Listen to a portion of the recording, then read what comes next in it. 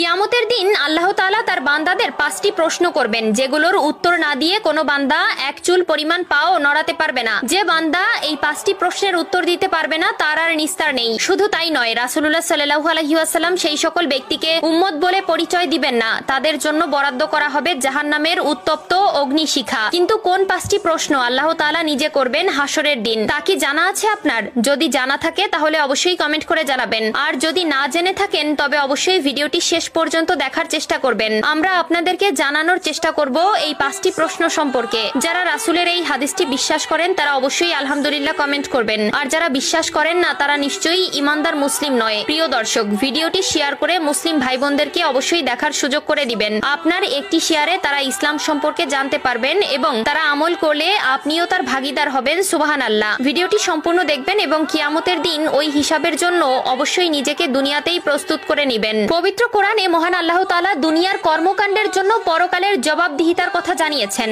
এছাড়াও রাসূলুল্লাহ সাল্লাল্লাহু আলাইহি ওয়াসাল্লাম বলেছেন, কিয়ামতের দিন এই 5টি প্রশ্নের জবাব না দিয়ে তারা আল্লাহর সামনে থেকে সরতে পারবে না। স্বয়ং আল্লাহ তাআলা নিজে তার বান্দাদের কিয়ামতের দিন যে প্রশ্ন করবে তার প্রথম প্রশ্ন হলো, জীবন কোথায় নিঃশেষ করেছো? আল্লাহ তাআলা আমাদের সুন্দর একটি জীবন দান করেছেন, যার জন্য আমরা আল্লাহর কাছে চিরকৃতজ্ঞ। আল্লাহ তাআলা আমাদের দুনিয়াতে পাঠিয়েছেন তার ইবাদত করার জন্য, তার দেখানো পথে চলার জন্য, তার আদেশ নিষেধ মেনে চলার জন্য এবং শয়তানের প্ররোচনা থেকে নিজেকে বিরত রাখতে। কিন্তু আমরা আমাদের জীবন কোন পথে অতিবাহিত করেছি তার উত্তর আল্লাহর কাছে দিতে হবে। আমরা আমাদের জীবন কেমন ভাবে কাটিয়েছি তার উত্তর না দিয়ে কোনোভাবেই নিস্তার পাওয়া যাবে না। 2 নম্বরে আল্লাহ তাআলা যে প্রশ্ন করবে তা হলো, সম্পদ কোথা থেকে উপার্জন করেছো? প্রিয় দর্শক, এই প্রশ্নের উত্তর আমাদের সকলকেই দিতে হবে। আমরা হারাম পথে নাকি হালাল পথে উপার্জন করেছি তার উত্তর না দেওয়া পর্যন্ত এক চুল পরিমাণ পাও নড়াতে পারবো না। এবং অবশ্যই সুদ, ঘুষ, চাঁদাবাজি এবং খারাপ পথে উপার্জন থেকে নিজে হালাল পথে ইনকাম করতে কষ্ট হলেও পরকালে আল্লাহ তাআলা আপনাকে শান্তির জায়গা দিবেন। 3 নম্বরে রয়েছে, তোমার উপার্জিত অর্থ কোন পথে ব্যয় করেছো?